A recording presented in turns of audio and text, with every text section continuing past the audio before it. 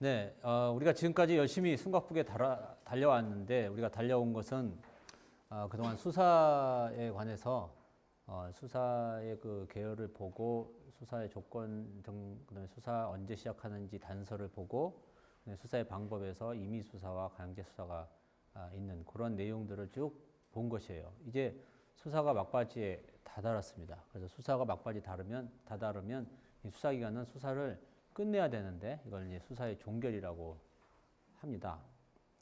경찰은 수사를 끝내면 자신의 의견을 달아서 검찰로 송치를 합니다.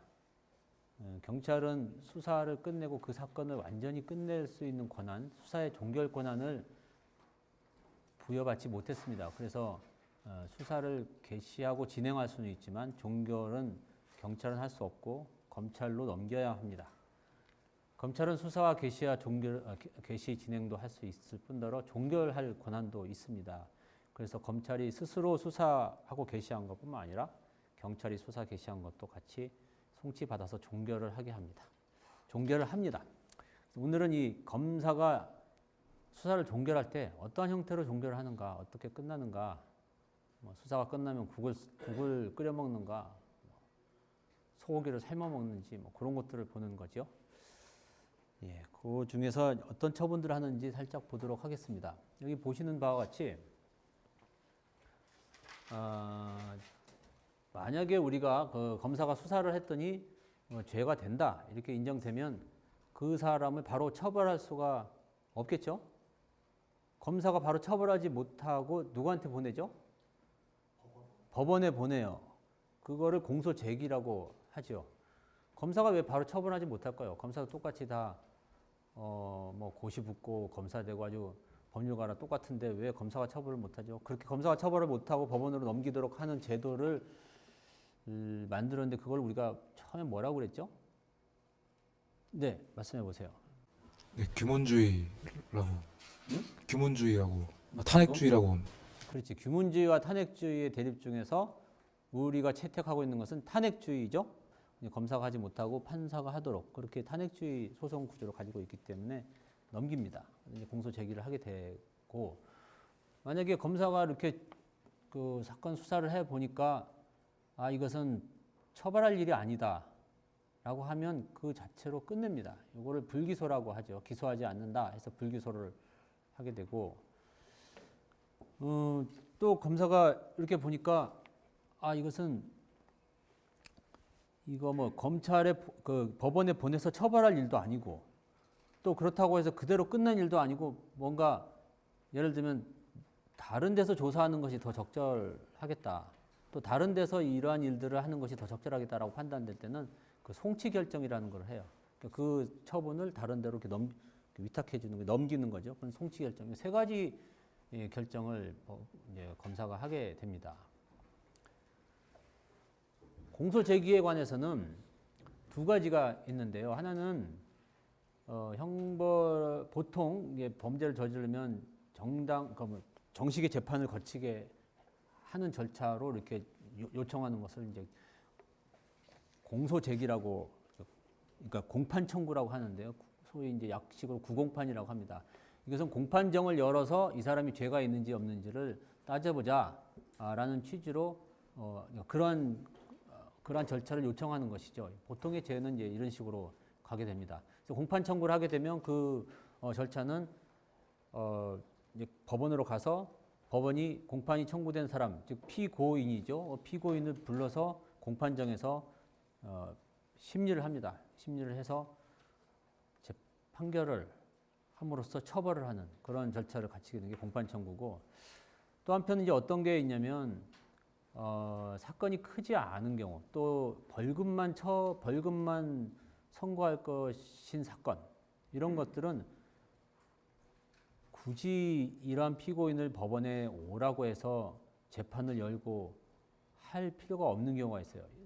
간단한 거고 큰 아주 나쁜 범죄도 아닌데 그럼에도 불구하고 법원에서 오게 하게 되면은 어떤 면이 나쁘겠어요.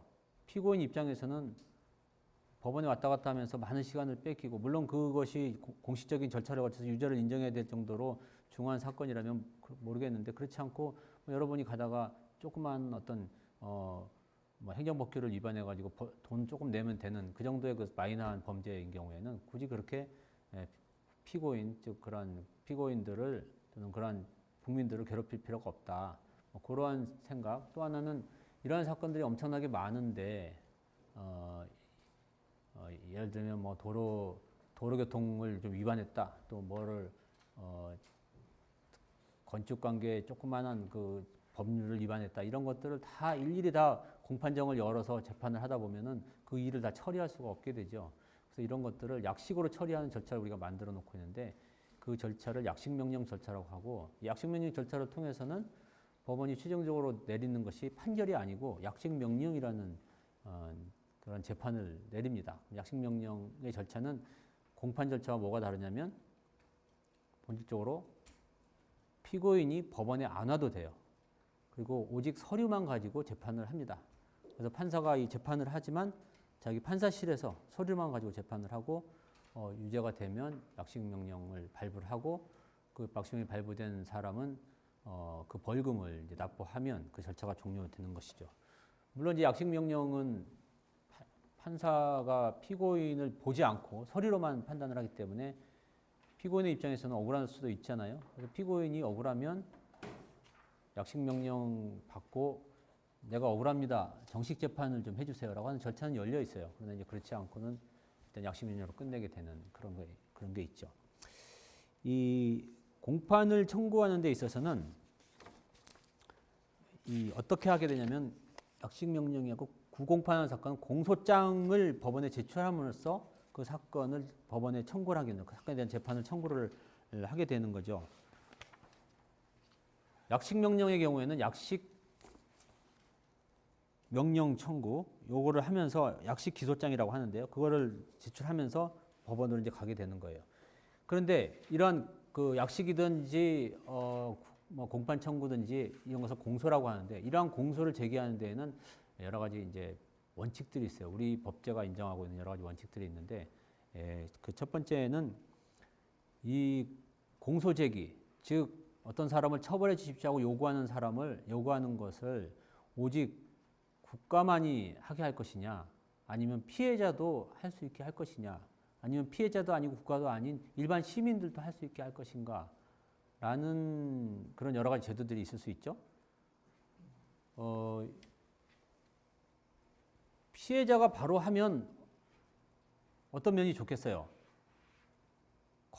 검사한테 공소해달라고 얘기했는데 검사가 자기 얘기를 잘 안 들어줄 때 피해자가 바로 하면 피해자 구제가 좀 심해지죠. 좋겠죠. 그렇지만 또 피해자가 바로 하게 되면 이 공적인 문제인데 너무 사적으로 휘둘린다. 그런 문제가 있을 수 있고 또 그럼 피해자가 그런 것 때문에 원칙적으로는 우리나라에서는 오직 국가만이 공소를 제기할 수 있다라고 하는 원칙을 취하고 있죠. 이것을 뭐라고 그러냐면 국가소추주의라고 해요. 그런데 어떠한 사건은 예를 들면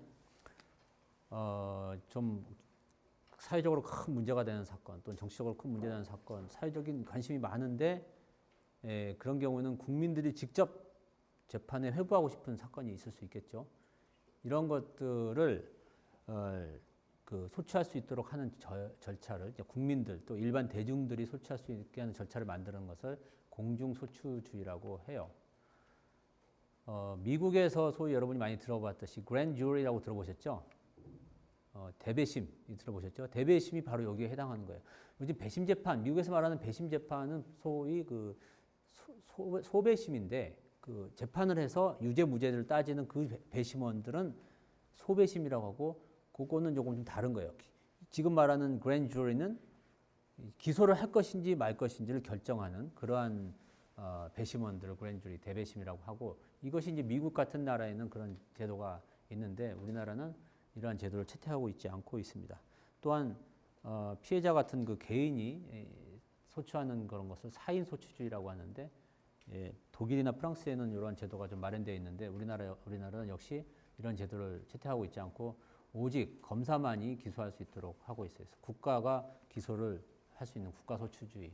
검사만이 기소를 할 수 있으니까 기소가 누구한테 독점되냐면 검사한테 독점되고 있죠. 그래서 기소 독점주의라고 얘기를 합니다. 한편 이제 기소를 할 때 기소를 할 때 범죄가 형식적으로 된다고 해서 모두 다 기소를 하고 처벌할 필요가 있는가는 우리가 한번 다시 생각해 볼 필요가 있어요. 예를 들면 우리 소설에서 유명한 장발장 같은 경우에 그 사람 빵 한 쪽 훔쳤는데 처벌을 하는 것이 옳을까? 그럼 여러분 얘기를 한번 들어볼까? 장발장 빵 훔친 거 처벌하는 것이 옳을까? 재판 밖에서 어떻게 생각하세요? 네, 말씀해보세요.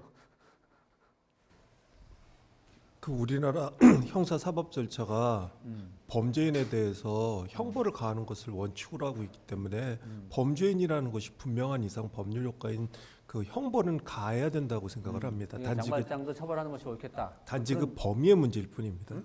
그 법정 그 형벌의 네네. 범위의 문제일 뿐이지 범죄인에 대해서 법률 효과를 부여하는 것은 당연하다고 봅니다. 그렇죠. 장발장도 절도죄고 그 처벌을 실질적으로는 처벌하는 것이 맞는데 내가 물어보는 것은 만약에 여러분이 검사인데 배고파서 빵 한 쪽 훔친 사람이 자기한테 왔다. 장발장 같은 사람이 왔을 때 그때 그럼 여러분이 그 사람을 잡아서 공소를 제기할 것이냐. 그걸 여러분한테 여쭤보는 것이에요.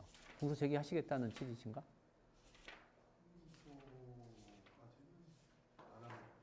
공소까지는 그 사람이 유죄인 건 맞는데 유죄인 건 맞고 우리가 법적으로 그 사람이 유죄니까 형벌의 효과가 발생해야 되는 것은 맞지만 그죠? 그렇지만 그 사람은 뭔가 좀 맞지만 제가 검사라면 실적을 위해서 합니다. 실적을 위해서 한다. 네, 아주 출세할 수 있는 기질을 가지고 있는 사람입니다. 실적을 위해서 할 수도 있죠. 근데 또 혹시 다른 의견 갖고 계신 분, 예, 말씀해 보세요.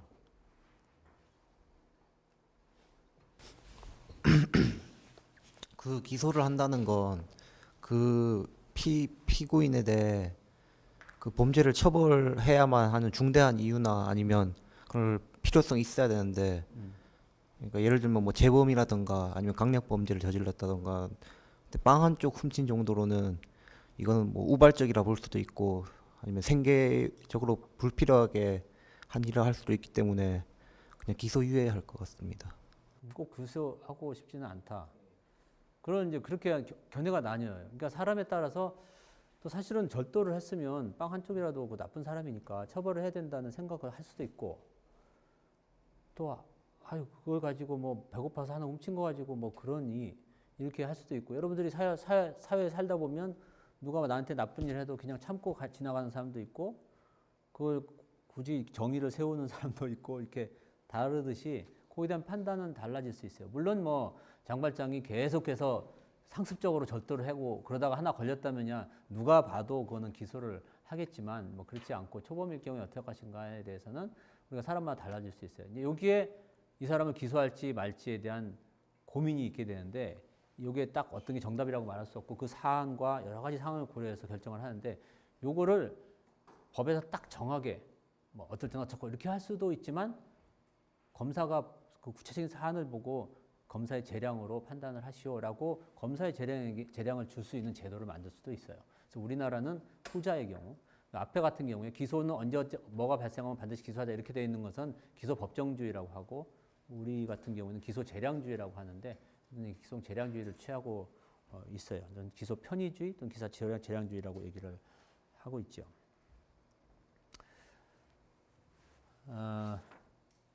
네, 보통 이제 이런 정도의 원칙을 우리가 가지고 있다라고 볼 수가 있습니다. 한편 이제 기소 독점주의에 대한 예외로서는 그러니까 검사만이 기소할 수 있다는 예외로서는 두 가지가 있는데 하나는 우리가 여러분이 들어보셨지만 재정 신청이라는 제도가 있어요. 좀 이따 보겠지만 재정 신청이라는 것은 검사가 결국은 이제 검사가 기소를 하긴 하지만 검사가 기소하고 싶지 않겠다고 한 것도 검사에 기소하도록 법원이 명령하는 그런 제도가 하나 이제 검사의 기소 독점주의에 대한 제한이 가해지는 거고 또 하나는 즉결 심판 청구하는 경우가 있어요. 즉결 심판 청구는 여러분이 이제 뭐 경범죄 같이 그 마이너한 범죄 같은 경우 또는 우리 법에 의하면 직결심판법에 보면 다액이 20만 원 이하인 다액이 20만 원이 아니라 20만 원 이하의 형에 처할 그러한 20만 원 이하의 벌금 그리고 과료에 처할 사건의 경우에 이제 선고를 그렇게 하면 돼요. 그러니까 법정형은 20만 원이 넘어도 상관없지만 선고할 때 20만 원이 낮으면 20만 원이 안 된 20만 원 맥시멈으로 해서 그렇게 선고할 수 있는 사안이면 직결 심판으로 가게 하는 것이 있고요. 이 직결 심판은 검사가 청구하는 게 아니라 경찰서장이 청구할 수 있도록 되어 있어요. 즉 검사만이 기소할 수 있는 기소 독점주의에 대한 강력한 예외라고 할 수 있고 이 한도 내에서 검사는 수사의 종결권까지 갖는다고 볼 수 있겠죠. 기소권까지 갖는다. 이제 경찰이 그렇게 얘기를 할 수 있겠습니다. 그다음에 수사의 그 종결에 관해서 가장 중요한 것은 불기소 처분인데요. 불기소 처분. 불기소 처분을 보도록 하겠어요.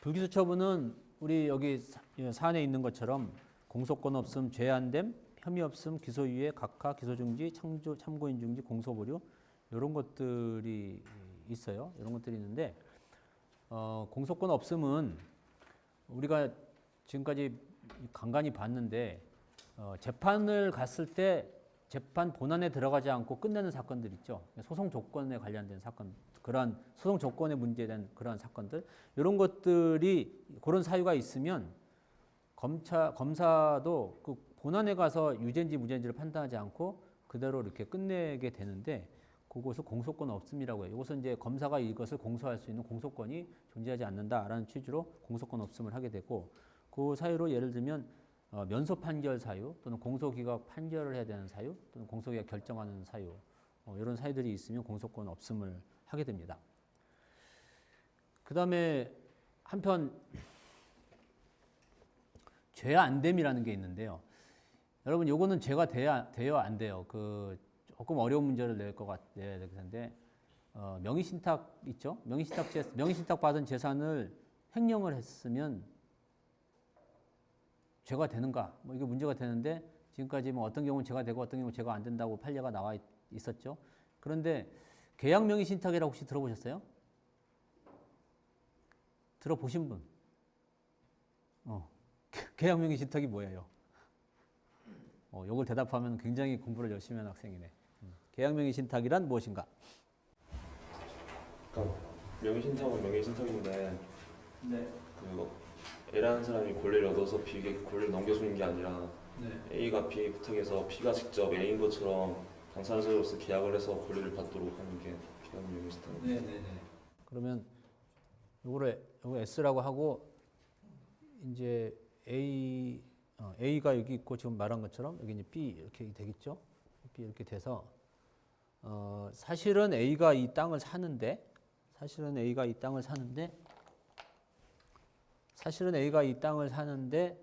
자기가 전면에 나타나면 곤란한 사정이 있을 수 있겠죠. 예를 들면 뭐가 있어요. 여러분이 나중에 장관 되면 청문회 나가야 준비해야 되는데 딱 맞으면 골치 아프니까 장관 되려고 생각하시는 분은 이런 일을 해도 되겠네. 그래서 이 사람이 장관하고 싶어. 농담으로. 장관하고 싶은데 그러면 내가 나서면 안 되니까 이 땅은 꼭 사고 싶은 땅인데 그럼 자기 장관이 알고 있는 자기 친구나 아니면 누구한테 부탁을 해서 이 사람하고 예를 들면 이게 뭐 농민이라고 해요. 그럼 이 사람한테 땅을 사서 이 사람 앞으로 등기까지 하죠. 그러면 이렇게 되어 있을 때 우리가 요 사이에는 명의신탁 관계가 있다고 보죠. 명의신탁 관계가 있고 등기는 이제 여기서 이렇게 넘어가게 되는데 이 명의신탁 관계라는 거는 이쪽 자기 등기 있는 것을 이쪽으로 넘긴 게 아니고 아예 계약 명의 자체를 이제 신탁했다 해서 계약 명의 신탁 이런 케이스가 있죠. 우리가 뭐 많이 배웠던 것 같고 계약 명의 신탁이 있는데 이때 이 사람이랑 잘 뭐 사이가 좋아서 계속 보관하고 있다가 나중에 장관 다 하고 나서 이렇게 돌려주면은 해피하죠. 모두 해피하겠죠. 뭐 청문회도 무사히 통과하고 해피한데 이 사람이 팔아버릴 수가 있어요. 다른 사람한테. 제3자한테 예컨대 K라는 사람한테 팔아버렸다. 라고 하면 이 사람은 원래 이 사람 부동산을 자기가 팔아버렸기 때문에 횡령이 되겠죠? 횡령이 되냐? 뭐 이런 문제가 됐었는데 이럴 때 이 사람 S가 선의이냐 악의이냐, 즉 S가 이러한 사건에 대해서 이러한 계약명의 신탁이라는 것을 알았느냐 몰랐느냐에 따라서 이 사람의 효과가 달라지지요. 그래서 뭐 선의일 경우에 이 사람의 처분은 유효하니까 무죄가 된다. 팔아도 무죄가 된다라는 것이 종래의 우리 판례였었어요. 근데 요 악의일 때, 즉 이 사람이 이러한 계약명의 신탁 관계를 알고 있을 때 이 사람이 팔면 이 사람은 횡령죄가 되느냐는 아직 불분명한 상태였었는데 최근에 판례가 나왔죠. 어떻어요? 혹시 보셨어요? 그런 판례에 대해서? 들어봤어? 판례는 잘 모르겠는데 횡령은 돼야 될 것 같죠? 예, 횡령은 돼야 될 것 같다는 설도 있을 수 있고 안 된다는 설도 있을 수 있고 뭐 이건 견해가 나누죠. 오늘 뭐 이게 주안이 아니니까 그냥 지나가는데 어떤 판례는 이것도 무죄다 이렇게 판결이 났어요. 판결이 이렇게 났어요. 났는데 그럼 이제 악의의 경우에, 그러니까 뭐 선의의 경우에 무죄라는 것은 다 이미 알려진 판결인데 악의의 경우에 무죄인지는 아직 다 안 알려지고 있는 상태에서 경찰이 이거 악의네, 이건 처벌받아야 돼. 그러면서 조사를 해서 뭐 검찰까지 가가지고 검찰이 딱 봤는데 이건 악이다. 그럼 검사는 마침 직전에 판례를 봤어. 그래가지고 이건 무죄네. 그럴 때 검사가 이거 기소하진 않겠죠. 검사는 기소하지 않을 거고 어떤 처분을 내려야 되는데 그 처분이 무슨 처분일 것 같아요? 지금 본 것처럼 죄가 안 됨 처분이 될 수 있을까요? 어떨까요? 죄가 안 되죠. 죄가 안 되니까 죄 안 됨 처분을 할 수 있을 것처럼 보여요. 우리 일반적인 용례에는 죄 안 됨 처분이 여기에 해당하는데 이 검찰에서 하는 처분의 내용의 죄 안 됨 처분은 요거는 아니고 이런 게 아니고 어떤 경우가 해당하냐면 이 죄 안 됨 처분은 어떤 경우에 해당하냐면 살인을 했는데 정당방위로 살인을 했다. 즉 위법성 조각 사유가 있던가 또는 형사 미성년자다. 책임 조각 사유가 있든지 뭐 이런 경우처럼 구성 요건 자체는 성립을 하는데 그 범죄 성립 요건을 조각시키는 일들이 있다. 이때 주문을 죄 안 됨이라고 해요. 그러면 이처럼 우리 지금 요것처럼 아예 범죄 구성 요건이 안 되는 경우는 어떻게 되느냐? 요거는 이제 혐의 없음 이렇게 처분을 하죠. 혐의가 없다 이렇게 처분을 해요. 이 혐의 없으면은 이렇게 아예 그 법적으로 제가 안 되는 것도 물론 혐의 없음에 해당하겠지만 죄는 법적으로 되는데 즉 살인죄인데 열심히 증거를 아무리 수집해도 얘는 아닌 것 같다. 얘는 아니고 다른 사람이 살인한 것 같다. 이런데 얘가 그런 경우에는 이 사람이 그러니까 법적으로는 살인죄가 될 가능성이 있지만 이 사람이 범인은 아닌 것 같다. 이러면은 증거가 없어서 아닌 거가 되잖아요. 이런 경우도 혐의 없음이라고 해요. 그래서 무혐의라고 하죠. 무혐의라고 한다. 그래서 혐의 없음 처분을 하게 돼 있어요. 한편 이런 요건들이 다 갖춰졌어요. 혐의 없음도 아니고, 그러니까 혐의도 있고, 즉 증거도 있고, 유효성 조학 사유, 책임 조학 사유도 없고, 그래서 다 처벌할 수 있는데 아무런 문제가 없는데, 우리가 아까 얘기한 것처럼 장발장 같은 경우에 근데 초범이다.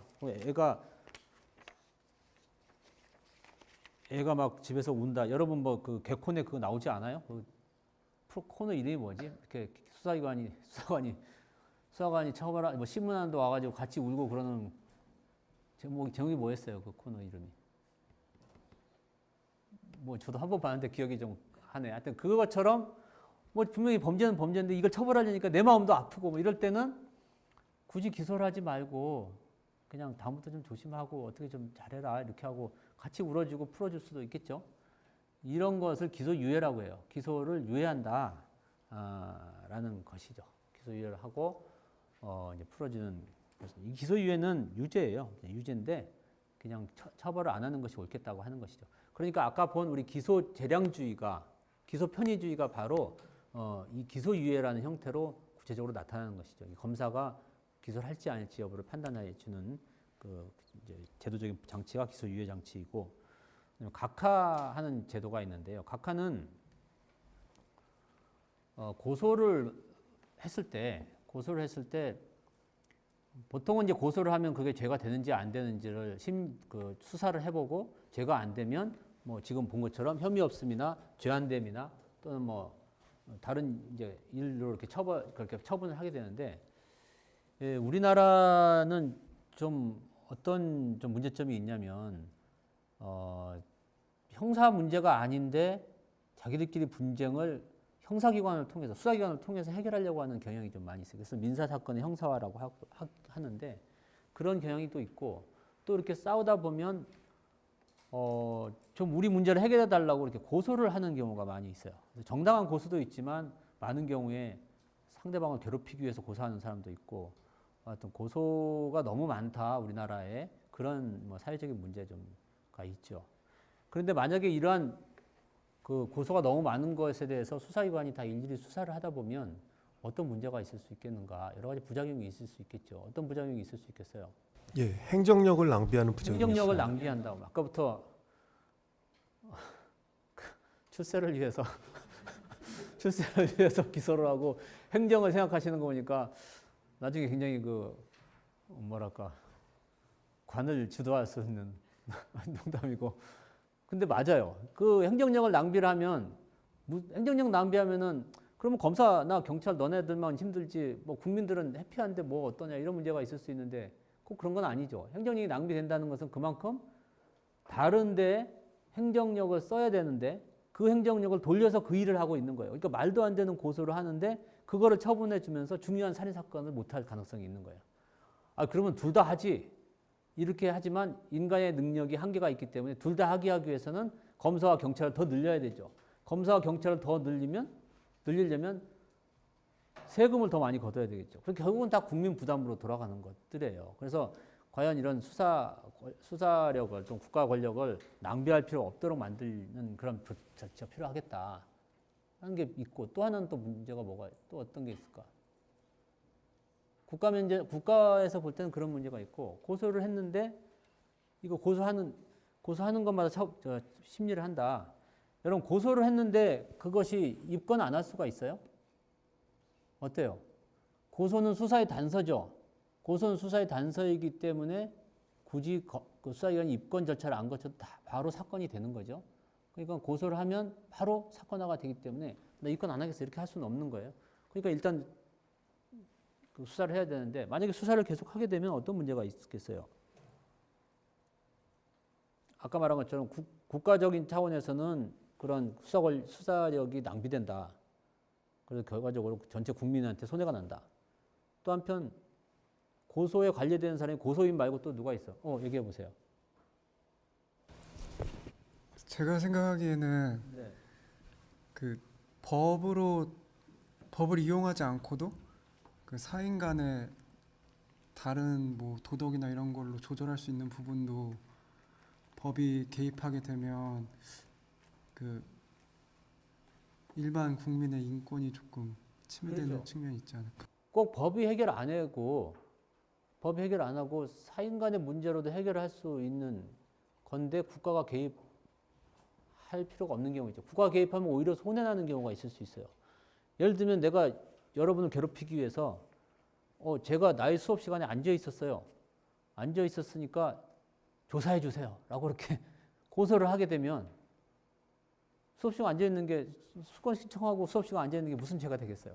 그런데 너는 수강 신청을 했는가? 수강 신청 열심히 확인하고, 너는 서울대학교 학생인가? 조사해보고, 그렇게 수사력을 낭비할 뿐더러 그렇게 조사하기 위해서 검찰청으로 나오세요. 경찰서로 나오세요. 이렇게 되면 즉 고소당한 사람, 피고소인, 피의자는 계속해서 고통을 받게 되는 거죠. 자기 시간도 낭비해야 되고, 뭐 경찰이 오라는데 기분 좋을 리는 없고. 그러니까 결국 이 피의자를 보호하기 위해서는 쓸데없는 고소는 좀 막아줘야 되겠다. 조사하지 않고 그냥 끝내는 것이 좋겠다는 그런 요청이 있게 되죠. 그렇게 해서 검사가 이렇게 고소장을 받더니 고소장 자체로서 말이 안 된다라고 하면은 바로 그냥 더 이상 수사를 안 하고 클로즈할 수 있는 권한을 줬는데, 그것이 이제 각하 제도예요.